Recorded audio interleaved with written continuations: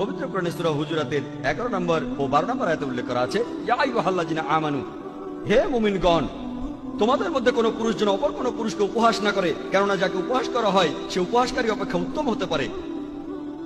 কোন নারী অপর নারীকে যেন উপহাস না করে, কেননা যাকে উপহাস করা হয় সে উপহাসকারী অপেক্ষা উত্তম হতে পারে।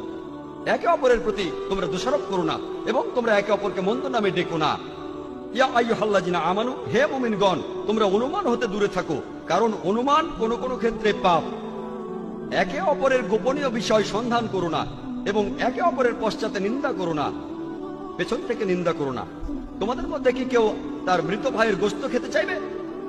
পবিত্র কোরআন বলছে, যদি পেছন থেকে নিন্দা করেন তাহলে আপনি যেন আপনার মৃত ভাইয়ের গোশত খাচ্ছেন, কারণ মৃত ভাইয়ের গোশত খাওয়া হলো দ্বিগুণ অপরাধ। খাদ্য হিসেবে মানুষের গোশত খাওয়া একটা অপরাধ। এমনকি ক্যানিবালরা, যারা মানুষের গোশত খায়, তারাও কখনো